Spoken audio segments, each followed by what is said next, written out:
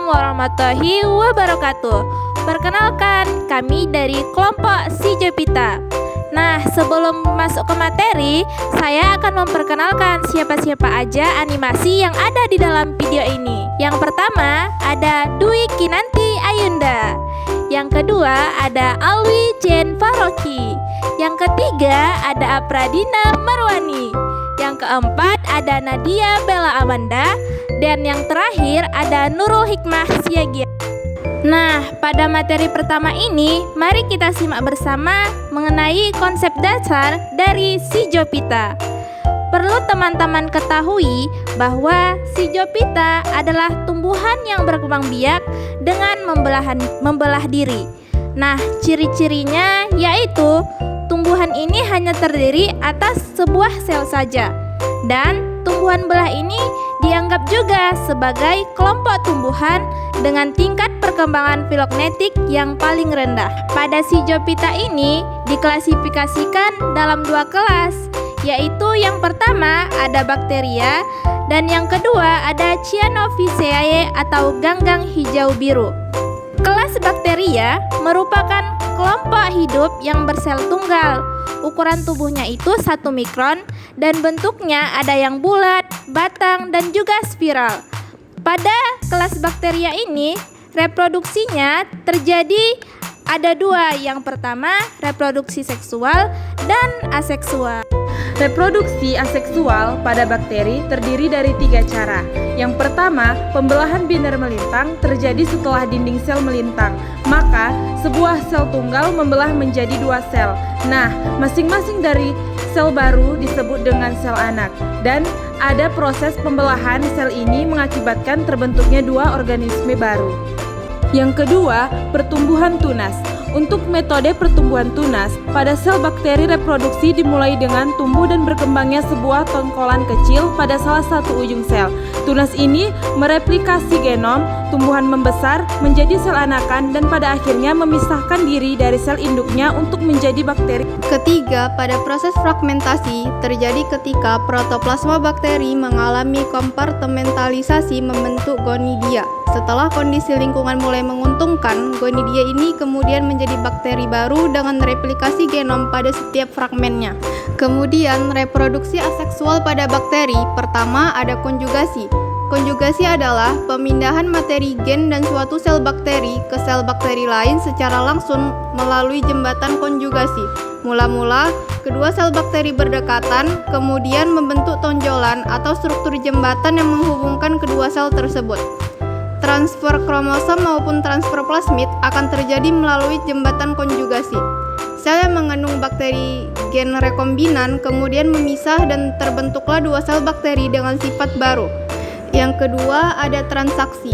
Transaksi merupakan proses transfer gen bakteri melalui perantara virus.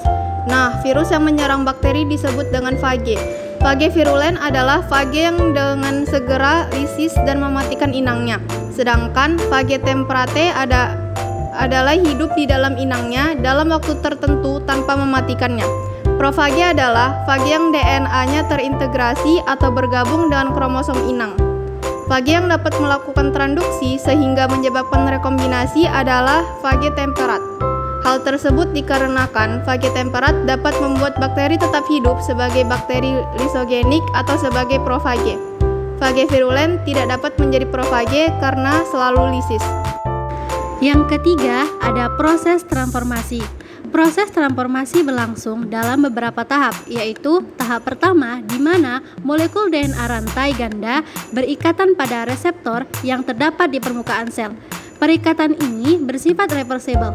Selanjutnya, tahap kedua adalah pengambilan DNA donor yang bersifat irreversible. Pada saat ini, DNA donor menjadi resistan terhadap enzim DNA AC di dalam medium.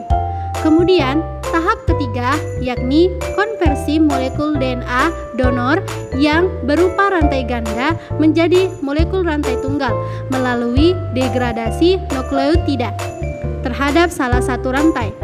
Lanjut ke tahapan keempat, integrasi atau insersi kovalen. Seluruh atau sebagian unting tunggal DNA donor tersebut ke dalam kromosom. Terakhir, tahap kelima yaitu segregasi dan ekspresi fenotipik gen donor yang telah terintegrasi.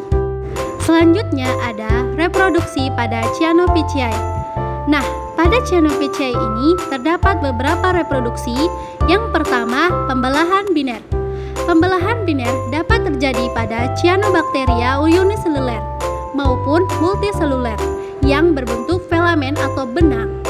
Pada Cyanobacteria uniseluler, sel-sel hasil pembelahan ada yang langsung memisah dan ada pula yang tetap bergabung sehingga membentuk koloni, misalnya Gliocepsa.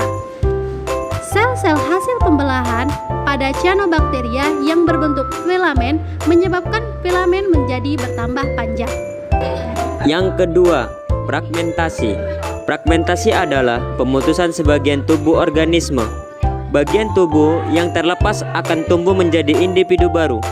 Fragmentasi terjadi pada Cyanobacteria yang berbentuk filamen. Pemutusan bagian tubuh dapat terjadi di bagian-bagian tertentu pada sel yang mati. Filamen hasil pemutusan disebut hormogonium. Hormogonium ini memiliki panjang filamen yang berbeda-beda. Dan bila terlepas dan filamen induk, maka akan menjadi Cyanobacteria baru.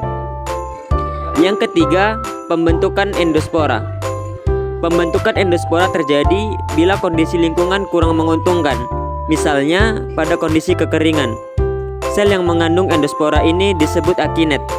Akinet berasal dari vegetatif, berukuran lebih besar dari sel-sel tubuh lainnya karena mengandung cadangan makanan dan berdinding tebal.